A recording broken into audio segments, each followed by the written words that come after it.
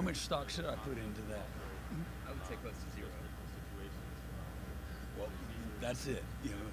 So follow-up then, those a media poll tells you one thing, and coaches vote on a preseason. What does that tell you about your perception around this? I don't know what it says. I don't really. I honestly, it's not coach speak. I just never have been caught up with that. If we were peppered with all kinds of Oklahoma guys, man, I would be so hard on those guys. You know, because nobody's earned anything yet. And this is a game of performance, not a game of, projection. And so it's always been that way. You know. Does that answer your question? Brent, I know you said earlier that you don't talk about the past. Last season doesn't come up, so I'm guessing. Last season doesn't come up? In terms of you don't face it. I mean, obviously you look at efficiency and things like that, but you know, it's in the past. I'm sure it's the same thing with the SEC in a year from now. But is there part of you that says, hey, we've got to have momentum, we've got to win this year because of going through that? No, not because of nothing. Yeah. Because that's the expectation, you know, because that's the work that we put in. And that's part of the development process, is improving and getting better, you know. We'll see how fast that happens, you know. I can promise you it never happens as fast as you want it to happen. But it has nothing to do with because of where we're going. Again, in Oklahoma, our program is all about us.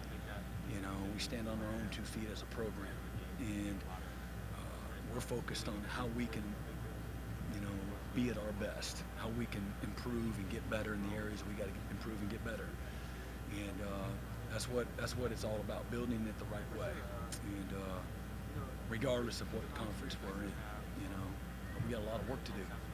When you say there's 90 plus players that are first or second year players, that means there's 90 plus that have not won a Big 12 championship. Mm-hmm. How do you explain that tradition, that championship mentality when you have that many that have not won a Big 12 title and say, this is Oklahoma football, this is the expectation when they haven't accomplished it? Well, look, you know, Oklahoma's not entitled to win. Let me just say that. Oklahoma's not entitled to win.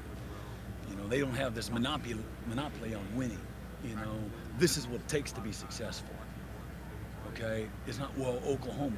You know, this is the expectation. This is what it takes to be successful. This is the game plan. This is what's required. These are the ingredients. And, you know, so again, that's the challenge of coaching, you know, bringing out the best in people, developing them, putting them in a position to be successful, inspiring and challenging and motivating, correcting, teaching, development. It's a developmental game. And so we got to develop quickly. And so there's a great challenge in all of that, you know, and again, especially that in 97 of the 123, this is their first or second year, you know, at Oklahoma.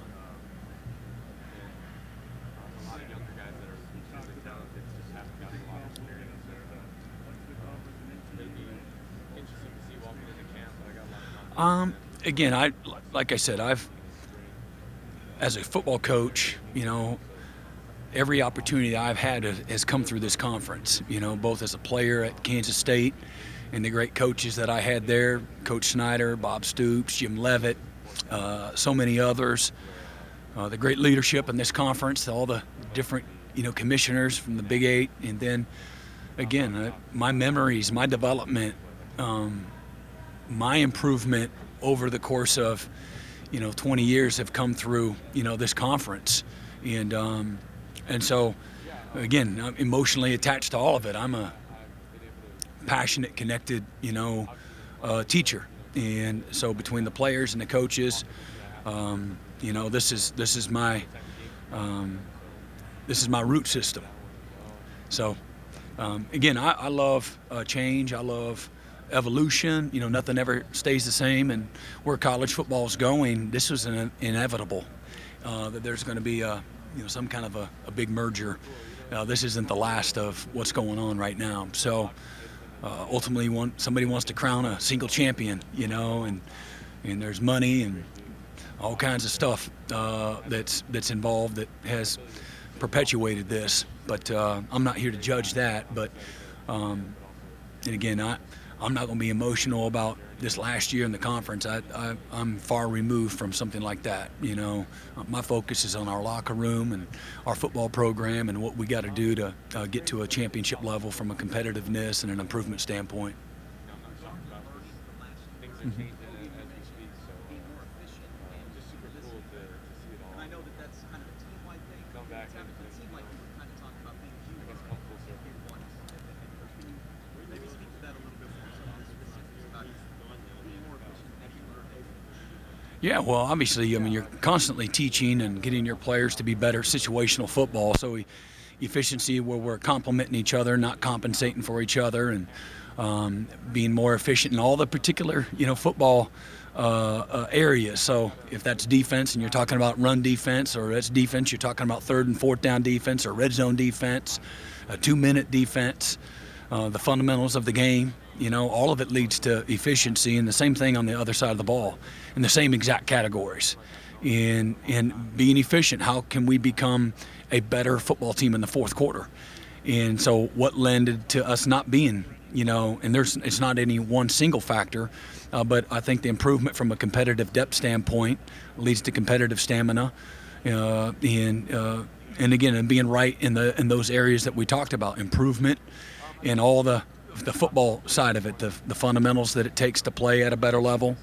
Again, just being another year in the system, naturally you're going to be further ahead than where you were a year ago at this time in our systems and strength and conditioning, in our culture and our establishment there. Like I said, our players are more efficient at doing player-run practices right now than they were a year ago because they don't know what they didn't know a year ago. Danny Stutzman couldn't articulate, defensively what he's able to do now. Their ability to communicate as a defense is much different than where they were a year ago. I can't play the game. They're the ones that got to play the game. So if you don't say it, you can't play it. And so the things they're able to say and do now on their own is just learning how to walk before you run and crawl before you walk. So it's everything. But yeah, I've got plenty of player councils. I'm always listening. My job is to do what's best for the players always. Every decision I make, it's what's best for the players, and sometimes what's best for the players don't like. But I'm always listening. I think the best leaders have an ability to listen at the right times. And again, you got to regurgitate the information how you see fit. And not every new idea is the right idea either. And it needs to still align with the values and what I know it takes to be successful. And but our team, the way we were built last year, to me, is going to be built different where we're at this year.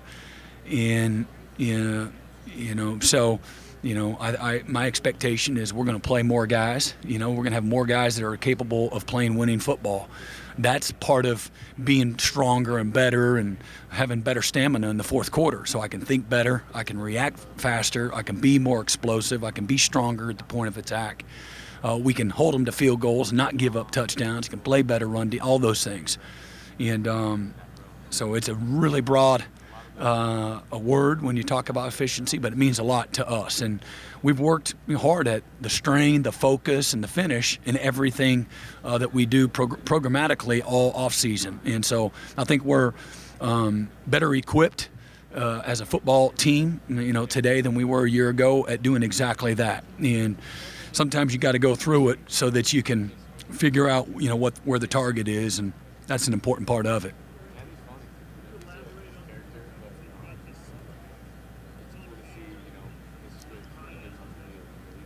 Yeah, so I'm thinking DJ Terry and Philip Paya and Connor Neer. Thing about Connor Neer, he's a 4-year starter. He's an All-American. He's a captain. He's a national champion. My fear at linebackers, we don't have one linebacker that's ever started a college football game in Danny Stutzman, and really wanted to bring the right person, the right individual, the right player that fit our culture, our playing style, that brought experience. I wasn't going to just bring in an experienced guy. I wanted a guy that could line up and play winning football for us. And, so Connor's a guy that's going to bring instincts, toughness, physicality, He's going to be able to lead a defense. He's going to be able to communicate. He's going to be able to perform under pressure.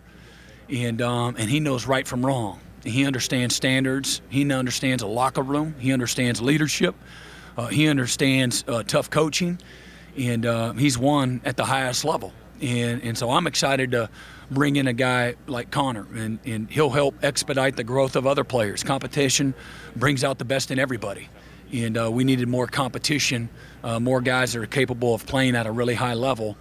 And he's been wonderful, his commitment, his work, and so high expectations. DJ Terry, again, he brings, size and power up the middle of the defense that you got to have. Got great natural strength. I love his humility. He's been an incredible, humble, hardworking guy. He's fit right in because he's low maintenance. He's a hard worker. He's been doing 2-a-days on his own since he got here. He has a sense of urgency about creating value for himself and opportunity for himself. And, he's got experience at playing the game. And he's a heavy-handed guy that, again, I just like his attitude, his toughness, and his humility. He has no, expectation other than he's going to show up every day and earn whatever it is he's given. Philip Pye is another big, strong body guy that tore his ACL early in the year. I think his best football's still in front of him, but he's a big, strong, powerful body guy that hopefully will get him in the right kind of shape where he can contribute, overcoming a knee injury from a season ago. And another guy that, can play the game, particularly in the run game, that we just felt like we needed to, bring additional players inside that can create competition, that can create competitive depth, and that can bring something from a humility, a respect, a work ethic standpoint that would help make us better. And so we've been able to do that. But hopefully a guy like him and a guy like DJ will bring out the best in guys like Grayson Halton and Ashton Sanders and Marcus Strong and Isaiah Coe and Jordan Kelly. Guys that, have been here and been playing.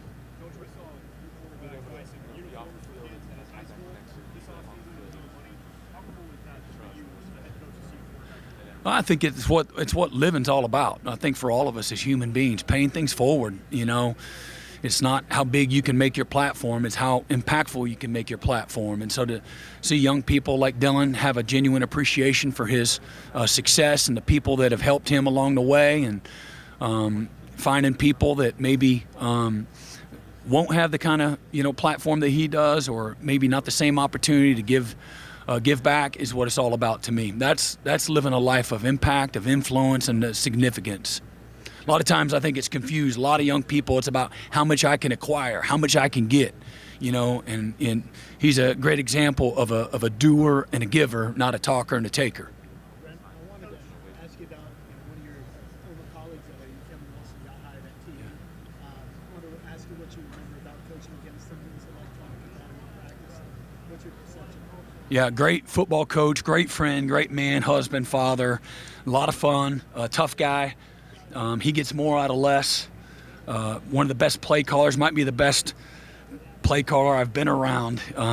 Incredibly instinctual, understands the other side of the ball, does a great job of anticipating what's coming, and just, love him like a brother. What was it like trying to combat him in practice? That's good, You always go back and forth, It's, I think when you can make things personal sometimes, it brings out the best in you. And so, I like winning practice. I think when you win practice, that gives you an opportunity to feel pretty confident you can win in the game. And but I think the players feed off of that competitive nature, and Kevin's a very competitive guy.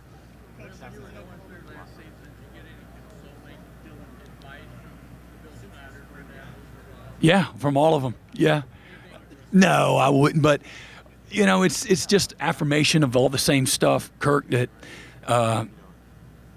what I heard at staff meetings and through lots of conversation with them as human beings. And it's really just, stay faithful to what it takes, stay faithful in your belief system, stay faithful to development, Be patient, yet be demanding. Don't compromise your values and your standards, and don't lose your way. When a lot of people in the middle of a storm, they can lose their way quickly. Stay strong, keep striking. What have you seen out of Jackson Arnold here 6 months? Yeah, just incredibly competitive, great work ethic, tremendous humility, willingness to follow and learn from others. No entitlement whatsoever. A tough guy, really smart. Football is easy for him, and he plays the game with great anticipation, great awareness, highly skilled in throwing the ball and running it as well. But just a great teammate overall. He's brought tremendous value, to our locker room. Yeah, really excited about Peyton. Obviously, we feel strong. He's going to help us immediately. Again, the game's easy for him. The good ones it is. He finds the ball. He gets concepts. The moment never gets too big for him. He takes a challenge well. Incredibly coachable. Comes from a great system, and so he brings a lot of that with him. So he understands the game. He can take one language and translate it to another language that means the same thing. It's not too much for him. He doesn't get paralyzed in that. Tough, physical, great range, ball skills. Again, tremendous anticipation, but he can play a lot of spots. Yeah, he's working at safety and lots of spots. How many do we need? He's just a football player, and we got to find a role for him and give him what he can handle, and so he can be a great player. And again, I think the good thing about where we're at right now is we have more competitive depth everywhere. We're in a much different position right now than where we were a year ago. Peyton is one of those new guys, one of those 63 players that we brought in that have made us better and have brought the best out in the guys around him. They're already better. A guy like a Justin Harrington, a guy like a Deshaun McCullough, when you're sharing those reps, or again, Justin's working at safety and Cheetah, and Peyton's working all over the place, and Deshaun's working at a couple of different spots. But when they get those reps, man, they got a game rep mentality. And that's what competitive depth will do for you. And when you have a game rep mentality, you have a different focus, you have a different intensity, you have a different passion, you got different detail, you got different precision. You're making those reps count, and everybody gets better as a result. Yeah. Yeah. Yeah, it's not our system. He just, guy hardly ever played defense. He was a high school quarterback, They'd put him in there and they'd bring him off the edge, and that was it, So he had to learn how to get in a stance. We've had him at Cheetah last year, and we're just trying to spread guys out. And, some guys can't play Cheetah.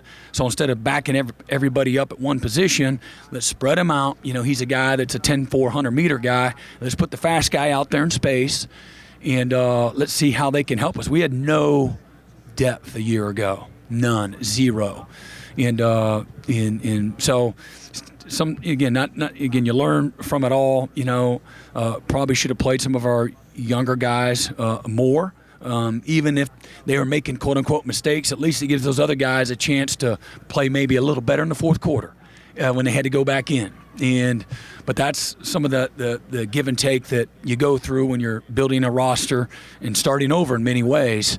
But he's in a different spot along with a lot of those other young guys, a Kip Lewis, a Kobe McKenzie, along with all the new guys, the Samuel Macio, Taylor Heim, Lewis Carter, Phil Picciotti. We didn't have any of those guys a year ago. Now those guys are, competing for some playing time. We didn't have Shane Witter, last year, a guy that is going into his senior year. And then we certainly didn't have Deshaun McCullough and, again, Connor Neer, along with a new and improved version of all the guys that are returning, starting with Danny Stutzman. And, again, what Kobe McKenzie can do now is different than what he was.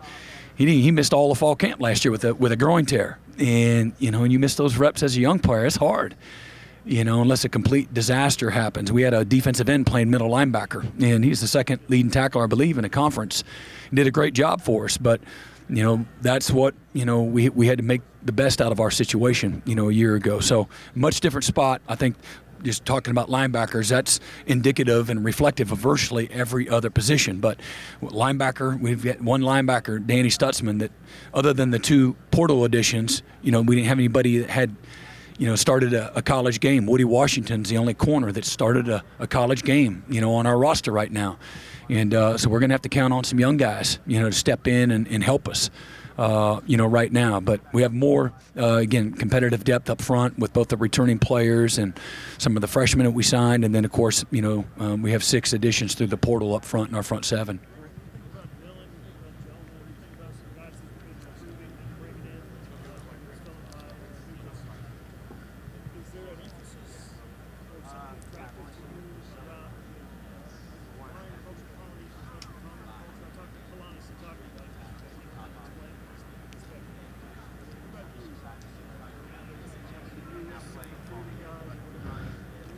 I mean, yeah, I think it goes without that. Not everybody's the same, but I think there is, potential for guys that understand what culture is, what family is, what connection is, what relationships are.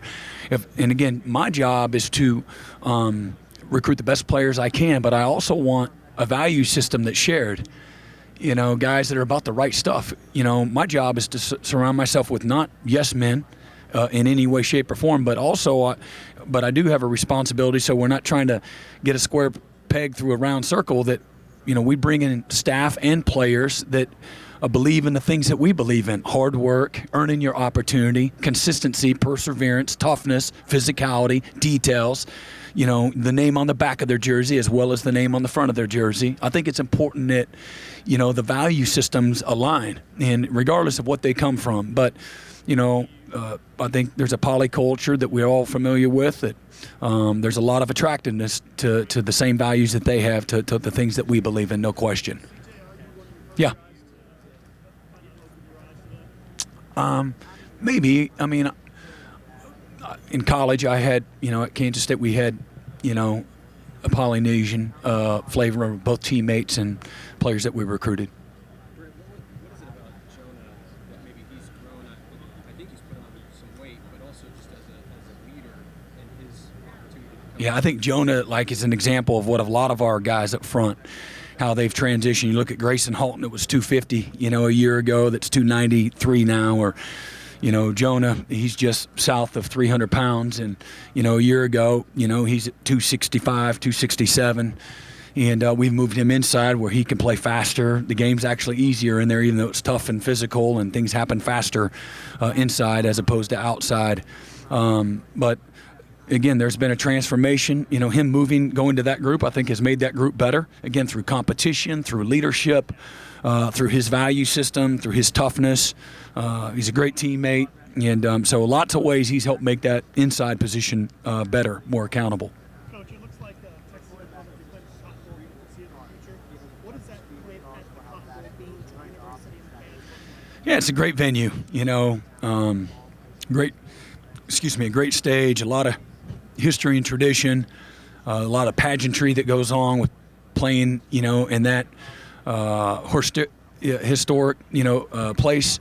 And so a lot of, again, pageantry as much as anything else, and an opportunity for their fans and our fans to come and experience, all of it, the fair, the game itself. It's going to be fun. Yep. Justin Blackman's a guy you coached against several times against Oklahoma State. What was his legacy on prepare for him several years and coming back to that? Justin Blackman? Why are you asking me about him? Oh, good. No, just big, strong, athletic, tremendous catch radius, ultra competitive, just tough, was always open. And just you had the game plan around him. And it's a very short list, believe it or not, that you really feel like you got a game plan around one guy. And he was a guy that commanded that type of attention and respect. We asked you a lot about the defense, and you obviously tailor a lot of your answers to the defense and where you guys. Well, I've been talking about the offense. I've been saying that it's third down, it's fourth down, it's red zone, it's not turning the ball over. In the red, we had 3 of our 4 losses. We turned the ball over either on turnovers in scoring position or on downs. And in 1-score games, you can't do that. Or we scored touchdowns that we had to take off the board because of penalties in 3 of the 4 games. Take off touchdowns off the scoreboard in because of penalties. So being more efficient, the improvement individually, every position on offense. The efficiency from everybody, but our 2-minute situation, how we can improve our 4-minute offense, what that looks like, complementing each other. There's efficiency, on both sides of the ball in that regard. You mentioned the complementing each other. I mean, obviously the offense goes fast, and sometimes there's 3 and outs where it might be less than a minute, and that maybe hurts the defense. How do you balance that as a head coach and saying, hey, let's slow down here, we've got lead, or those sorts of things? Do you feel like at times last year maybe they were going a little too fast, or maybe they were? Well, I think that there are times last year that we didn't do a great job of complementing each other. So hopefully we've worked through that in the out of season, and that'll be something that we've got a great handle on, throughout the course of the year.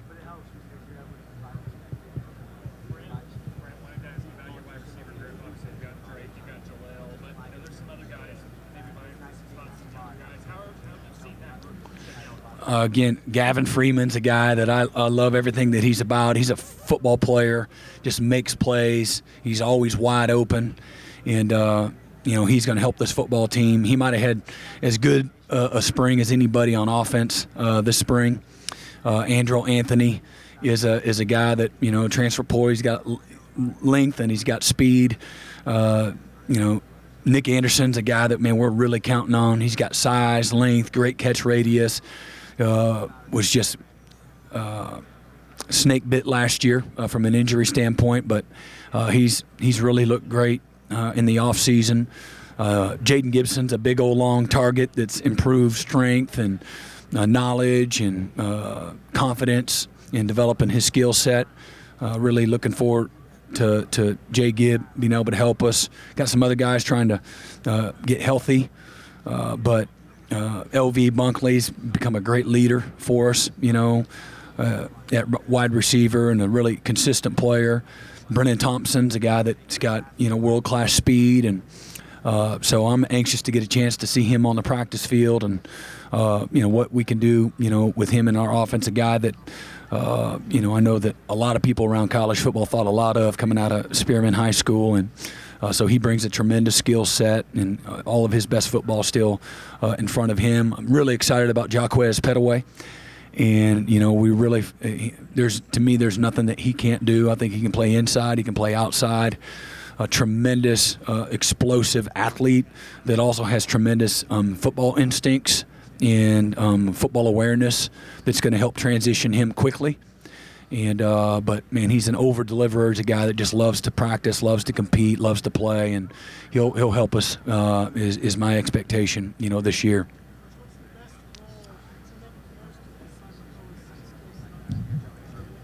Yeah, I mean, we're playing him at linebacker, right now, and he's looked good. I recruited him for a year while I was at Clemson, and feel strongly about where he's at. And to me, wherever he is this year, a year from now, he's going to be in even a more enhanced role. The worst thing we can do right now is putting too much on a guy's plate. Give them what they can handle, and then play ball from there. And sometimes it has to do with what other guys can and can't do around him. If I think that we're a little better at rushing the passer right now than maybe what we were a year ago. I feel confident that we are.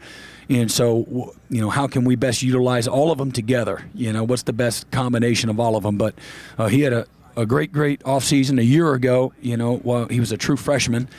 Some people say, he's coming from Indiana. He must not be any good. Well, then you obviously haven't done your research. You have no idea, that what his recruitment was all about. Could have gone anywhere in the country, had offers from everybody, was committed to Ohio State. His dad got hired as the running back coach at Indiana from the Chiefs, and so he committed there. He was going to play with his dad. His brother was going to be a grad transfer as well, and and then his dad got a job at Notre Dame, and things have changed, and so he put himself in the portal. But yeah, it just tells me somebody, with a mic, in front of them doesn't know really, what they're talking about. But Deshaun's got a tremendous skill set. He's got great length, instincts, toughness. A year ago, he was at Indiana. He had a shoulder surgery, so he missed a lot of the development that happens for true freshmen. He's a long, skinny safety out of high school that needed time in the weight room, and he didn't get that a year ago, and he was able to get that since January, and he's made tremendous improvement in the weight room, and his size and his strength and his power, and I love where he's at. Got a great mindset, on the catapult system. Man, he's always one of the top guys from a game rep, output and his speed and his explosiveness. He's wide open. He strains. He values what it means to strain, and he's shown competitive toughness and again humility too. I love his humility. He's a great teammate so far. He's willing to learn from other people. He's made us better, at linebacker. Just a couple of injury things. Is Devontae doing well after his foot? And Jacob Sexton, how's he doing? Yeah, so both of them are doing some running and some cutting and all that kind of stuff. So no setbacks. We're hoping that they'll return to full speed here soon. How important is the next month or so going to be for your offensive line as far as getting healthy and filling in those starters that you guys lost? Yeah, I mean, it's been important since January, to be honest with you. The next month is important. We keep everybody healthy. I think, again, other than Jacob Sexton, everybody else is right where they need to be. Walter Rouse has been full go since the end of spring, and I'm trying to think if there's, you got your normal bumps and bruises, but I'm really excited about. There's only two starters coming back in McCade and Andrew Rame, and two great ones there, great leaders, tremendous football players for us, and. But, man, this opportunity's created losing a couple of guys early to the draft and Wanye and at our other tackle, Anton Harrison, have given these guys a great opportunity in Tyler Guyton and Caden Green, Jake Taylor, and certainly Walter Rouse to compete at tackle. And I feel really, really good. Troy Everett has been another one, along with, again, I mentioned Caden Green and Joshua Bates and Nate Anderson. Really good, strong group of guys, along with Caleb Schaefer, another transfer. And then, and again, where we're at right now, I feel really, really good, going into fall camp here in a few weeks. You mentioned earlier that OU hasn't played great defense in a while, and when you took over Clemson, it was kind of a similar situation. You took a big leap from year one to year two at Clemson on defense. What do you remember about those first 2 years and how you were able to go from where you were at Clemson year one to where you were? Well, I think having a really big-time explosive offense is something that we were fortunate to have at Clemson. They had just won the ACC. Taj Boyd and Sammy Watkins and Andre Ellington and Nuke Hopkins and Martavius Bryant and a whole bunch of other dudes was on that other side, baptizing our defensive backs at the time, but helped the transformation too. Expedite the transformation. But it's like anything. The better the people that you're lining up against every day in practice, the better you get. And so that was a big part of it. But they had just given up 70 in the Orange Bowl and had a lot of work to do. But they had actually played top 15, top 20 defense and the couple of years prior to that. So maybe not in this exact position. And then I had a bunch of young guys that had played. Lost some veterans prior to me getting there, but a lot more young guys that actually had played. They had recruited really well. We had Stephon Anthony and Tony Stewart, the number 1 and number 2 linebackers, and coming out of high school, as well as a guy like a Travis Blanks, who was an All-American, safety out of Tallahassee, and a few other guys like that would become amazing players. But I think they had recruited maybe a little stronger defensively than maybe what we had. and from a depth standpoint. And but it's all a challenge, and fitting guys that, developing the players that we have, and recruiting to, a system is all important, and a lot of times it's people. You're trying to find the right people that are committed to excellence, the toughness, the work ethic. We had to learn, a way to strain the right way, how to practice the right way, a mindset in a walkthrough, that. It didn't show up here, and that was where it needed to be. It wasn't. Actually, it was the opposite of where it needed to be. And we don't get that right, none of that other stuff on game day is going to take place. So, there's been a lot of things that maybe don't show up in a stat sheet that we had to, fix, correct, get better, get guys going to class, get guys living right off the field. All of that matters. You're not a bum off the field and all of a sudden an amazing player on the field. And so everything that we're doing over the last 17 months matters, and there's a transformation to all of it. And in some spots, some positions, it's more prevalent, but developing a mindset, creating accountability, creating discipline, being detailed, as a staff being in unison. Developing all of those things foundationally that are absolutely critical for us to have a program that has sustainability, longevity, and I'm talking about chasing standards of excellence and on both sides of the ball, all three phases of the game, and we weren't where we needed to be, and we still have a long way to go, but we're moving in the right direction. I believe that clearly. All right, we gotta go. I'm sorry. All right, y'all have a good day.